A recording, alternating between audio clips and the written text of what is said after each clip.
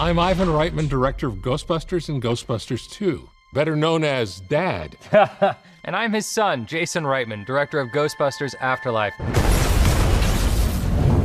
Ghostbusters Afterlife is a movie about a family that's being made by a family. And it is much about the passing of torch, metaphorically, and the passing of a proton pack. It was very emotional to see that story living again after so many years through my son.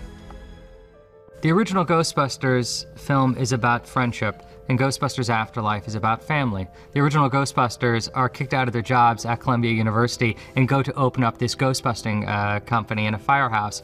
Our family loses their home and is forced into this dilapidated old farmhouse where they must confront their relationship with the patriarch of their family, Egon Spengler, someone that our mother, Callie, really doesn't know and kind of resents, and our, two grandkids, Phoebe and Trevor, really don't know where they come from. I play Trevor, and he's this kind of city kid, and he's obsessed with cars, and he's kind of a normal but awkward teenager, and when his family gets evicted, he doesn't really know what's gonna happen, so he's kind of annoyed at everything. But when he moves into this new town and kind of finds friends and finds a girl that he kind of falls for, it becomes kind of all worth it for him. All right, back in. All right, don't get attacked, but McKenna, high-five him right away. When I first read the script, I think the number one, and I told Jason, our director, this, the number one thing that really attracted me and caught my eye was the characters. And just how unique and individual every character is. There's podcasts with this crazy unique personality. Just Phoebe, Trevor, all of the characters really stood out to me. And were just really complex and interesting to me. That was the thing that I was wow, I love this script because I love these people. And fire! Stop. Get the trap. Yeah! That was awesome. I gotta say, that was pretty cool. So now I'm gonna give you a high five. I told you to trap him. Okay. It's fine. We'll get him next time. Okay? Yeah. Okay.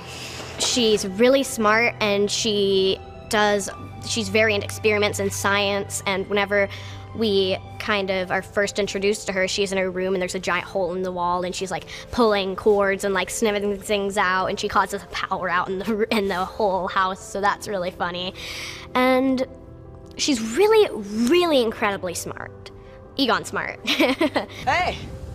Hey, this is Podcast. He's my friend.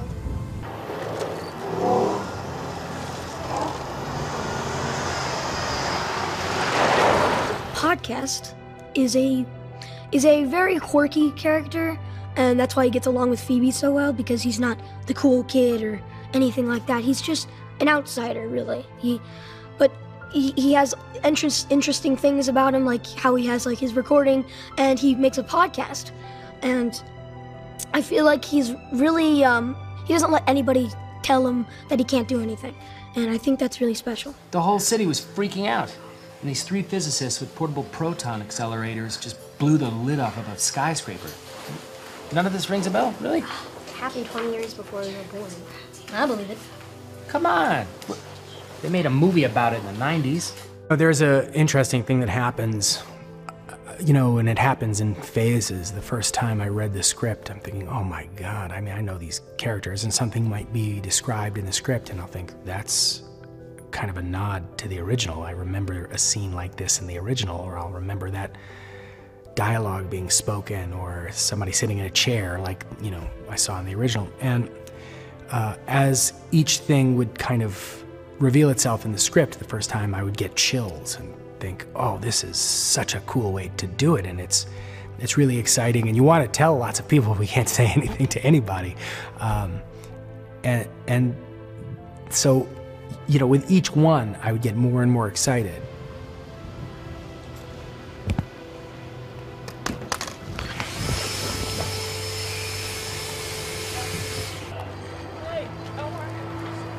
I think we are more and more looking within our own families as being kind of a very important way of sort of getting through.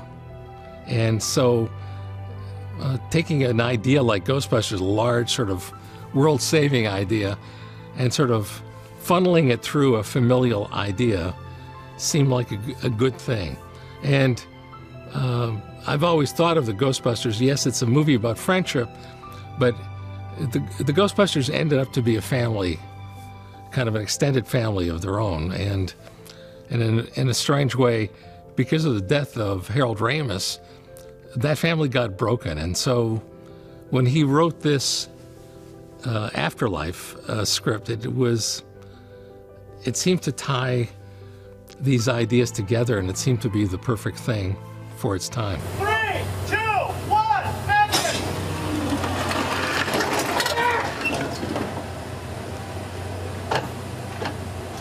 I wanted to tell a story about 3 generations of a family. About a mother who doesn't know her father, a granddaughter who doesn't even realize who she is yet. I've always loved stories about characters who find out that they are unique, who find out that they are special. Every one of us has gone looking through our grandparents' attic or basement, hoping to find something that, solves some mystery or lets us in on some secret about our past. We hope to find out that we are special, that we are significant. And this is the moment I wanted to explore. Going into a basement and finding a proton pack.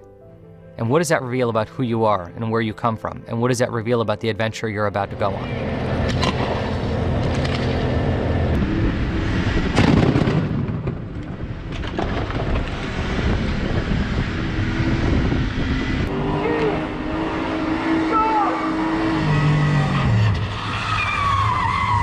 I watched the Ghostbusters movies when I was younger, as a lot of people do, and at the time I was like, wow, this is funny, like I had never seen anything like this before, and many years later now, my best friend came to visit me on set, and she had never seen the original movie before, and I showed it to her, and she was like, wow, this is really funny, like this is really good, and I think there's kind of like a universality to the comedy that like even a 19-year-old black girl in 2019 can watch it and say, this is really funny and entertaining, and it kind of like transcends a lot of boundaries that I think other movies have, and yeah, so it's obviously been like really incredible to be a part of it.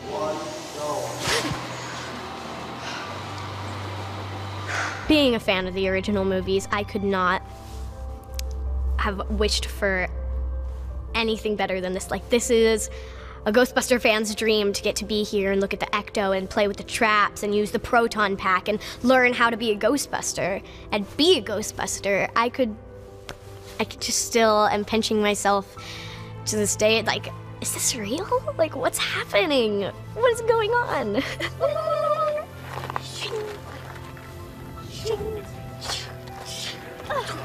Nani? Blood, blood, blood, and eventual death. And the revival. Cha-cha real smooth. I think they're timeless movies because it's, they're characters that everyone can relate to, and they're such iconic performances, so they're really hard to kind of forget. And, my parents showed me at a really young age those movies, so I was lucky, but I don't know a kid that's my age that doesn't really know what Ghostbusters is, so it's really iconic. Oh, that's legit. Yeah, it's a real thing. Come out and then spread to be able to get these closer. I'm a fan of the original film, like everybody, pretty much. And I think that Jason did such a great job and Gil writing this script, the two of them, and coming up with this story, I kind of think it's the perfect way to do it. But it's also its own thing, and it's its own film, and it would be, I think we'd probably be getting into trouble if we just kind of thought, oh, we're doing the first thing, this is like the follow-up to, I don't think you can think like that. You have to view each thing as its own piece, and while the connections are there, and while it's very much a love letter to the original, I don't think that anybody can burden themselves with this kind of sacred thing over their shoulder of continuing that story. Otherwise, it would be a little too daunting. If people are an original fan of the Ghostbusters, I really hope that they like this one, because I'm pretty sure they will, because it's pretty cool. And I think that people are going to take their kids to come and see this, which I've said a few times, but that really excites me because it's a whole new generation of Ghostbuster fans. Not that anybody ever stopped being Ghostbusters fan. I mean, even to this day, it's still such an iconic movie that everybody knows and loves.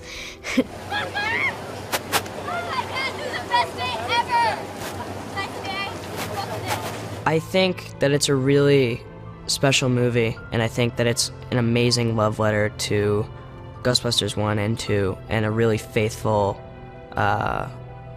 movie to those movies. And I think it's a movie that's funny and that will scare you, but also make you laugh and cry. And I think it is I think it's a really special thing. Nothing really prepared me for how realistic the spatial reality display would be.